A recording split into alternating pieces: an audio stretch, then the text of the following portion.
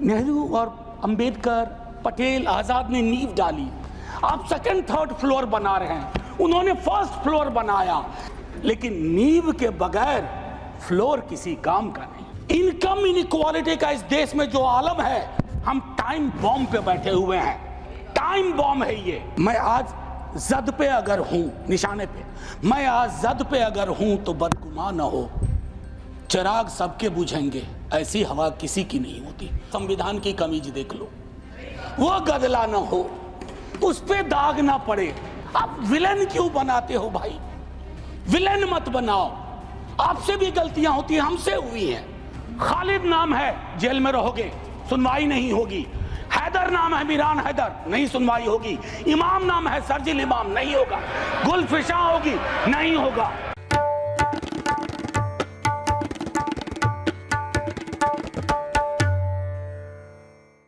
Shri Niranjan BC, Shri Niranjan BC अनुपस्थित। Shri professor Manoj Kumar Jha. शुक्रिया माननीय सभापति महोदय। थोड़ा हट करूंगा वक्त के लिए, लेकिन आखिर में अभी चालू तो करिए हुजूर। सर, माननीय सभापति महोदय, अच्छा है हम सब संविधान पे बात कर रहे हैं। उस सदन में भी हुई, इस सदन में भी तमाम साथियों ने संविधान पे बात की। अपना अपना दायरा है, अपनी अपनी सोच है, अपनी अपनी प्राथमिकताएं हैं, लेकिन महत्वपूर्ण ये है कि हमने संविधान पे बात की। कई ओहदेदार लोग दूसरे स्तंभ के, वो तो ईश्वर से बात करने लगे हैं।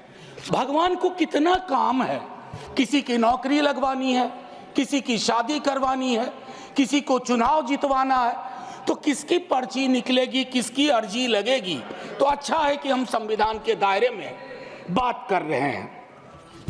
माननीय सभापति महोदय, नेहरू जी पर बहुत चर्चा होती है। जब से इस संसद में आया हूं, और मैं इस नई सरकार के बाद ही सदन में आया हूं, बचपन में सोचा करता था पार्लियामेंट पहुंचूंगा, लेकिन आज एक कन्फेशन करता हूं, हमेशा अपने को विपक्ष में देखता था, तो विपक्ष में ही हूं। तो सर ऐसा है, मैंने कई दफा कहा है, 14 का चुनाव, 19 का चुनाव, 24 का चुनाव, जवाहरलाल नेहरू नहीं हारे हैं, विपक्ष हारा है, कांग्रेस हारी है।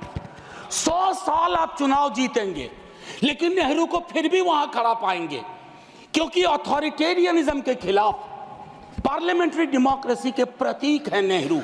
वो ढाल हैं, वो रक्षा कवच हैं।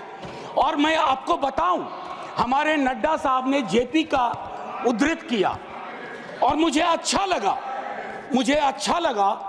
कि जयप्रकाश जी ने जब इंदिरा जी को, वो इंदू लिखा करते थे, जब चिट्ठियां लिखी ना इमरजेंसी के दौरान, तो नेहरू को इन्वोक किया।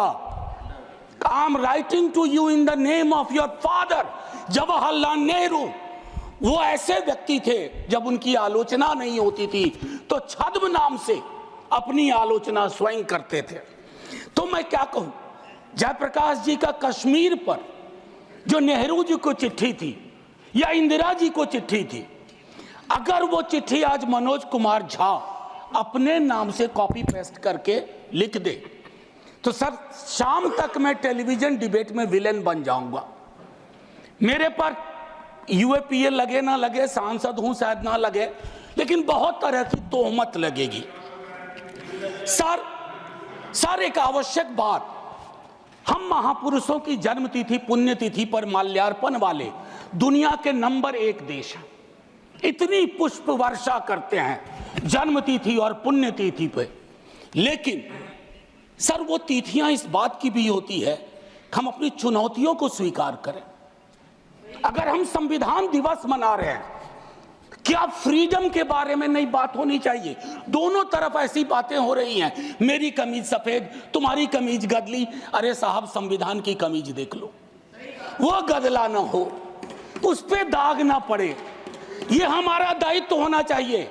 आज से 25 वर्ष बाद मैं इस सदन में नहीं होऊंगा, हम में से बहुत लोग नहीं होंगे। जब 100 साल पे चर्चा हो रही होगी, बहुत चर्चा होगी, लोग विश्लेषण करेंगे। जैसे आज हम करते हैं कि नेहरू को यह करना चाहिए था, नेहरू ने वो नहीं किया। 100 साल बाद कोई आपके बारे में टिप्पणी करे, मैं जीवित नहीं रहूं, संभवतः मैं सदन में नहीं रहूंगा, लेकिन वो भी अच्छा नहीं लगेगा सर, अशोभनीय लगेगा।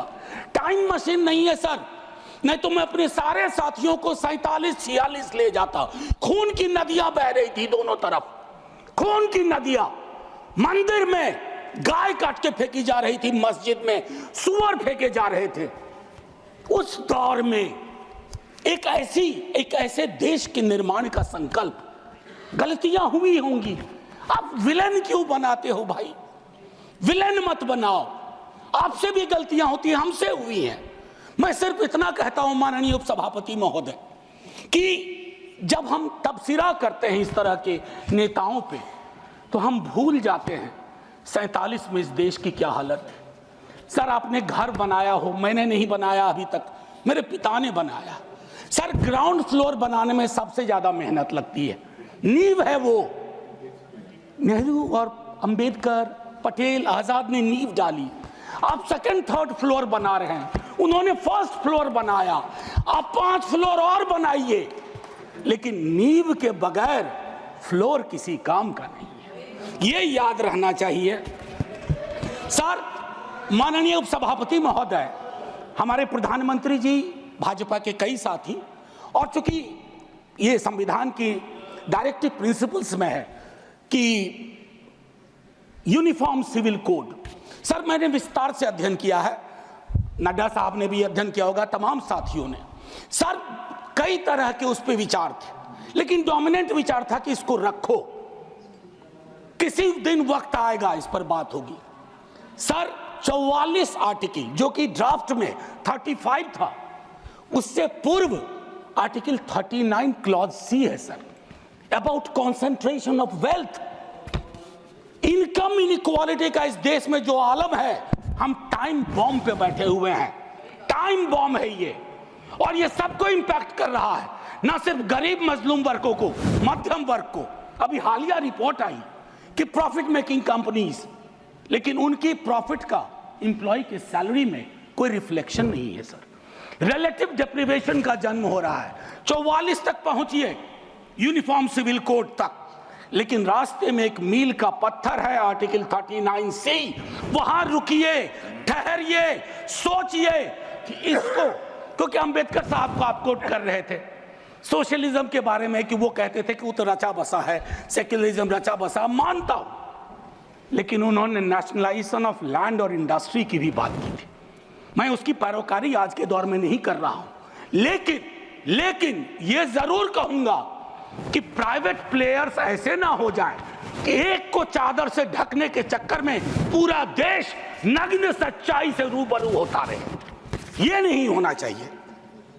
अब सर मैं एक बात कहता हूं, आज जब मैं यहां बोल रहा हूं, इस देश के किसी न किसी कोने में सीवर से एक आध डेथ हो चुकी होगी, सीवर में उतर करके।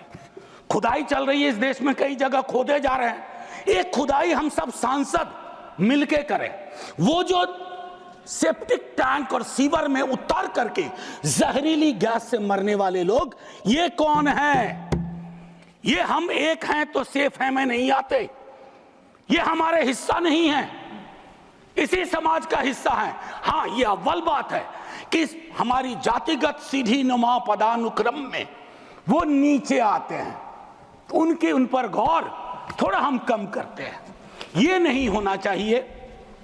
और मैं समझता हूं कि फ्रीडम की जब बात हो तो हम मूल्यांकन करें। फ्रीडम में हाइफन नहीं होता है, फ्री के बाद डॉम नहीं, जैसे जॉर्ज ऑरवेल की किताब में था, all animals are equal but some animals are more equal than others.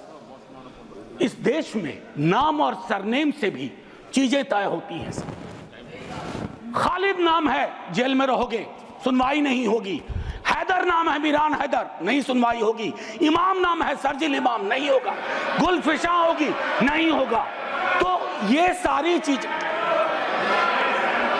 एक मिनट, आप मैम मेरा टाइम पॉज कर दीजिए, मेरा टाइम पॉज कर दीजिए, मेरा टाइम पॉज कर दीजिए। मैम चेयरपर्सन, मेरा टाइम पॉज कर दीजिए। मैम मैं सिर्फ इतना कहना चाहता हूं, अभी यहां बोल रहा हूं, मूलवासी बचाओ संघ मंच है छत्तीसगढ़ में, अनलॉफुल बना देते हैं आप। अरे कोई तो तौर तरीका हो, किसान विरोध करे देशद्रोही है, विद्यार्थी विरोध करें नौकरी के लिए, नौकरी मांग रहे हैं आपसे, और कुछ तो नौकरी भी नहीं मांग रहे हैं, परीक्षा समय पर कराने की मांग कर रहे हैं। आप कह रहे हो अराजक हैं, नक्सल हैं। ये जो शब्दावली लेकर के, विशेषण लेकर के आप घूमते हैं, इससे थोड़ा बाज आइए। मैं कह रहा हूं ये टेम्पटेशन होता है जब बहुत बड़ी सत्ता होती है, 15वें वर्ष में, 11वें वर्ष में प्रवेश करते हैं, लेकिन उस टेम्पटेशन को रोकना मैच्योरिटी है, परिपक्वता, परिपक्व लीडरशिप की बात होती है। वैकल्पिक विकास की कोई मांग आपसे करेगा तो आप कहोगे नक्सली है। अब मैम चेयरपर्सन, एक और चीज कहना चाहता हूं, मैं पीड़ा साझा करता हूं बांग्लादेश में जो हो रहा है, साझा करता हूं पीड़ा। 71 के बारे में पढ़ा था, अभी देख रहा हूं, लेकिन मैम मैं महात्मा गांधी पर जाना चाहता हूं। नोआखली में जब देश आजादी का जश्न मना रहा था, महात्मा गांधी नोआखली में दर दर भटक रहे थे, restoration of peace and normality, वो दौर था। उन्होंने एक बात कही थी, आज का दक्षिण एशिया है जिससे पाकिस्तान और बांग्लादेश निकला है, हमें इस बात का स्मरण करना होगा कि हमारी भूमिका सबसे बड़ी है। हम बड़े भाई वाली शब्दावली का इस्तेमाल नहीं करेंगे। We are the largest and the oldest democracy. बाकी में डेमोक्रेसी कैजुअलिटी हुई है पाकिस्तान और बांग्लादेश में, संविधान तक नहीं आया। लेकिन हम अपनी अकलियत के साथ कैसा व्यवहार करते हैं, तो हम कह पाते बांग्लादेश को, learn from us, to Pakistan, learn from us, this is how we treat. लेकिन हमारा रिपोर्ट कार्ड अगर उसमें कमियां रहती है, मैं Sit down. Sit down. Sit down. Ma'am chairperson, my time should be paused. Sit down. My time should be paused. My time should be paused. My time should be paused. Honorable members. Ma'am एक चीज मैं एक चीज कहना चाहता हूं। अंबेडकर साहब को कोट किया गया, अंबेडकर साहब को कोट किया गया, और एक मिनट किसी की भावना आहत हुई है तो मैं वापस लेता हूं। It is primarily a mode of, सुनिए, it is primarily a mode of associated living. Democracy is not simply a form of living, form of government. Associated living, कितना इसको अपने जीवन में उतार पाए, ऑफ कॉन्जॉइंट कम्युनिकेटेड एक्सपीरियंस, कितना उतार पाए। जातिगत जनगणना की जब बात होती है तो बट जाते हैं हम। क्यों बट जाते हैं भाई? वर्गीकरण की बात होती है, बिना जनगणना के वर्गीकरण कैसा? एनएफएस के माध्यम से एक नई रवायत का जन्म हो गया है। एक ओबीसी की लिस्ट में क्रीमी लेयर के इंटरप्रिटेशन के लिए आप राज्यों की समकक्षता, इक्विवेलेंस को एक ऑर्डर के माध्यम से छुपा देते हैं। आपका दोष नहीं भी दूंगा, कहूंगा कि अधिकारी वर्ग के अंदर अभी भी वो मानस है कि वो रिप्रेजेंटेशन से परेशान होता है, चिढ़ता है, उसको लगता है ये यहां कहां आ गए। अभी बिहार में सर्वेक्षण हुआ, कई लोगों ने कहा हम तो इतने कम नहीं हो सकते। विजिबिलिटी और न्यूमेरिकल स्ट्रेंथ में फर्क होता है। विजिबल आप इसलिए अपने को समझते हैं ज्यादा कि आप न्यायालय में हैं, आप विद्यालय में हैं, आप सड़क पे हैं, आप चौक पे हैं, आप चौराहे में हैं, तो आपको लगता हम तो बहुत, हमें कम क्यों दिखाया गया?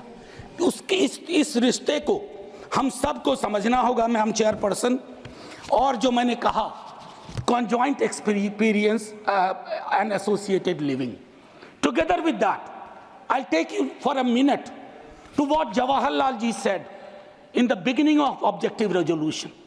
उन्होंने कहा, और मैं हिंदी में तर्जुमा करता हूं, कि आज जब मैं यहां खड़ा हूं तो 5000 साल का अतीत मेरे सामने खड़ा है।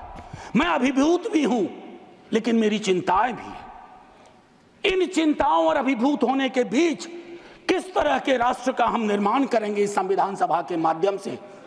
मैं इस चुनौती को स्वीकार करता हूं अपने साथियों के साथ। और then he mentioned oath of tennis court. मैंने इस सदन में एक दिन कहा था कि 1789 के रेवोल्यूशन के बाद जहां से लिबर्टी, इक्वालिटी, फ्रैटर्निटी आया, जवाहरलाल जी ने कहा तब के बादशाह ने वहां कमरे बंद करवा दिए कि कॉन्स्टिट्यूएंट असेंबली नहीं बैठ सकती है। एक कमरे से दूसरा कमरा, दूसरे कमरे से बरामदा, और आखिर में टेनिस कोर्ट में पूरी की पूरी असेंबली बैठी और ओथ लिया। उसको कहते हैं ओथ ऑफ टेनिस कोर्ट। उन्होंने क्यों यह उदाहरण दिया कि हमारी डेमोक्रेसी में भी कभी इस तरह के चैलेंज आ जाए तो संसद इमारत की मोहताज नहीं होगी। संसदीय लोकतंत्र इमारत की मोहताज नहीं होगी, वो इबारत देखेगी। और इबारत और इमारत में फर्क है। मैम आज मैंने कहा था हट करूंगा, 1.5 से 2 मिनट और चाहिए। अब मैंने कहा कि वन नेशन वन इलेक्शन की बात हो रही है, उस पर विस्तार से बोलूंगा जिस दिन अगर आया, अगर सिलेक्ट कमेटी को गया तो अलग बात है। लेकिन मैम इस देश में वन नेशन वन इलेक्शन था। नड्डा साहब ने कहा, मैं मानता हूं कई दफा क्या होता है जब आप कोट करते हैं, हमारी यूनिवर्सिटी में कहते हैं कि सेमी कोलोन के बाद किसी को कोट मत करो, उसको हम लोग कहते हैं पुअर साइटेशन, कि किसी को कोट किया। जैसे आपको उदाहरण के लिए मैम 30 सेकंड में कि मार्क्स ने कहा religion is the opium for masses, ऐसा कभी नहीं कहा मार्क्स ने। वो सेमी कोलन के बाद का एक सेंटेंस था, उन्होंने ये कहा is the Sai of the oppressed, लेकिन सेमी कोलन के बाद का उठा करके कहा रहे रिलीजन के तो खिलाफ थे कार्ल मार्क्स। तो उसी तरह से साइटेशन के साथ दिक्कत है। मैं सिर्फ इतना कहना चाहता हूं, वन नेशन की वो साइकिल टूटी थी। वन नेशन वन इलेक्शन की साइकिल 60s मिड 60s में टूटी। आज क्या गारंटी है हम कैसे अगले चुनाव तक ले जाएंगे? Will it be a proxy governance? Then it won't it undermine the idea of will of the people? मैं समझता हूं कि इस पर विशद चर्चा हो और तभी जा करके एक Kindly conclude. बस अभी तो 33 सेकंड लिया है, 1 मिनट और दे दीजिए। मैम चेयरपर्सन, तारतम्य तो थोड़ा टूट जाता है, फिर भी अपनी एक बात कह के खत्म करूंगा। बाबा साहब भीमराव अंबेडकर के बचपने का एक छोटा किस्सा। क्लासरूम में बैठे हुए थे सबसे पीछे, शिक्षक ने कहा चूंकि मैथमेटिक्स में बहुत अच्छे थे, आओ इसको हल करो। ज्यों ही वो बोर्ड की तरफ बढ़े, जितने कास्ट हिंदू अपर कास्ट के लोग थे वो दौड़ के बोर्ड के पास गए, क्योंकि बोर्ड के पीछे उनका टिफिन बॉक्स था। उनको लगा ये पोल्यूट हो जाएगा। मैम आज वो मान्यताएं नहीं हैं, लेकिन पोल्यूशन प्योरिटी की नई मान्यताएं आ गई हैं, एक्सक्लूजन की नई मान्यताएं आ गई हैं। और आखिरी में ऑस्विज एक जगह थी पोलैंड में, जहां जिसको सिर्फ गैस चैम्बर से मत समझिए, ऑस्विज के बनने में सालों की नफरत और घृणा थी, जिसका अंजाम ना सिर्फ जर्मनी में भुगता गया, पूरी दुनिया ने। तो ये नफरत घृणा, इस पर लगाम लगे ना तो हर मोहल्ले में ऑस्विज होगा। और आखिर में मैम, मैं आज जद पे अगर हूं, निशाने पे, मैं आज जद पे अगर हूं तो बदगुमा न हो, चिराग सबके बुझेंगे, ऐसी हवा किसी की नहीं होती। शुक्रिया मैम, जय हिंद।